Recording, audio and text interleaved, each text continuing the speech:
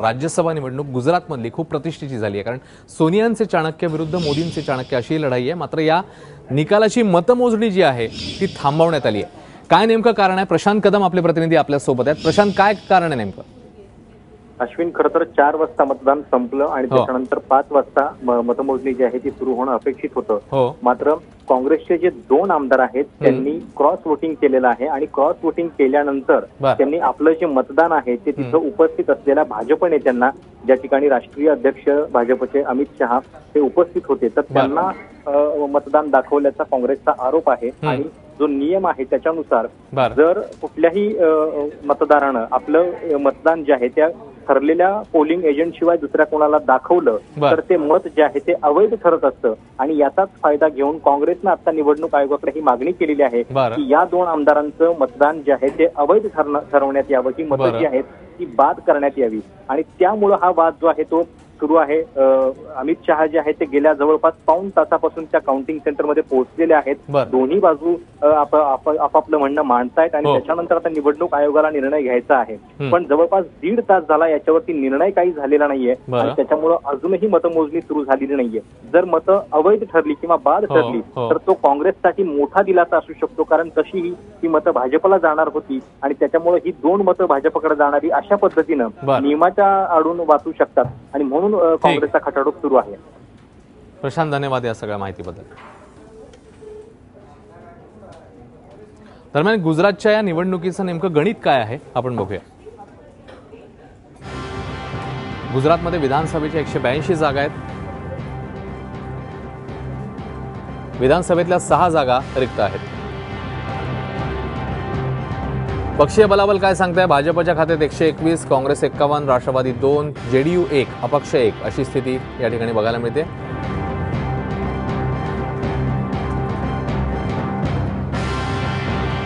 आणि या सगळ्याबद्दल आता मतमोजणी जी आहे ती थांबवण्यात आलेली आहे। भाजप 32 आणि गरज 13 आहे तिसऱ्या जागेसाठी। भाजपचं गणित 45चा जो फिगर आहे त्याला गाठायला 13 मतं आणखी लागणार आहेत भाजपला।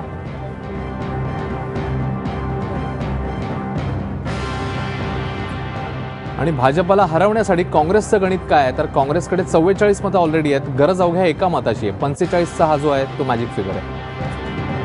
पण क्रॉस वोटिंग झाल्यामुळे आता एक वेगळी स्थिती या ठिकाणी बघायला मिळते।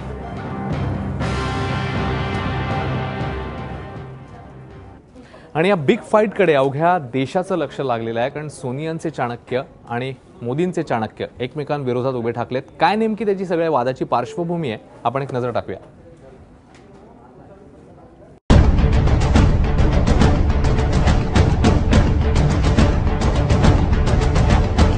2 चाणक्य, 1 राज्य आणि 1च जागा, ही लढाई आहे गुजरातची। गांधीजींच्या गुजरातची, सरदार पटेलांच्या गुजरातची, मोदींच्या गुजरातची आणि अहमद पटेलांच्याही गुजरातची। एक काँग्रेसचे चाणक्य तर दुसरे भाजपचे। त्यामुळे ज्या गुजरातमधून अहमद पटेल सलग 4 वेळा राज्यसभेवर निवडून गेले तिथलं वर्चस्व राखण्यासाठी त्यांनी प्रयत्नांची पराकाष्ठा केली आणि काँग्रेस मुक्त भारताची शपथ घेतलेल्या अमित शहांनी पटेलांना आव्हान दिलं।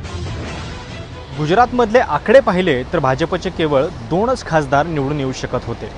तिसरा उमेदवार देता येईल इतकं संख्याबळ भाजपकडे सुरुवातीला तरी अजिबातच नव्हतं। जर ही वाजपेयी आणि अडवाणींची भाजप असती तर कदाचित तिसरी जागा काही जमणार नाही असं म्हणून ती अहमद पटेलांसाठी सोडून देखील दिली असती।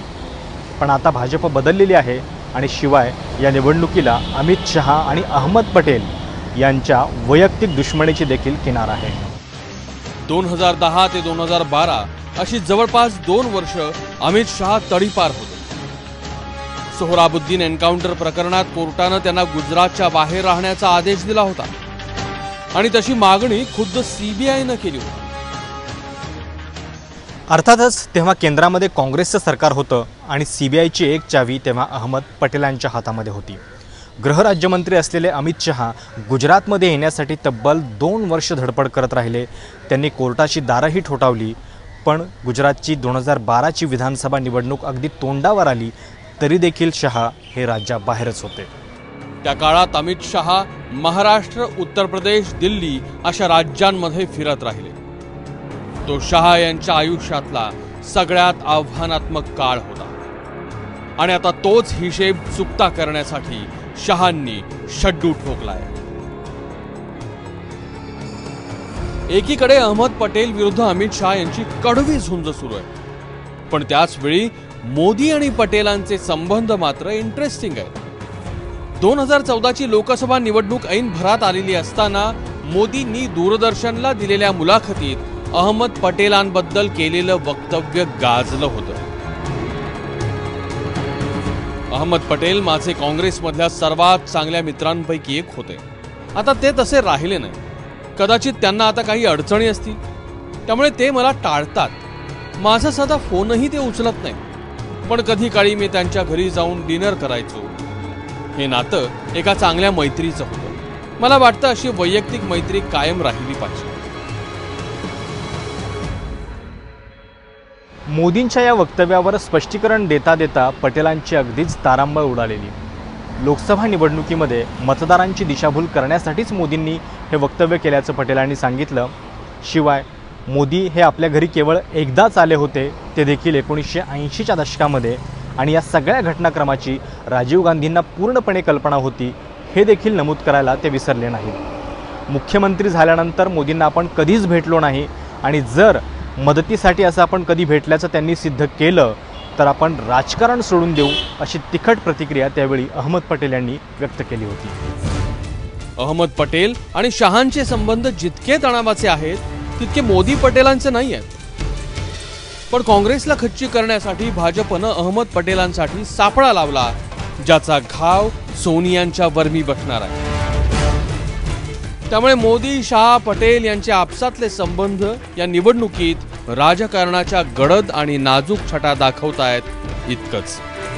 प्रशांत कदम, ABP माझा, नवी दिल्ली।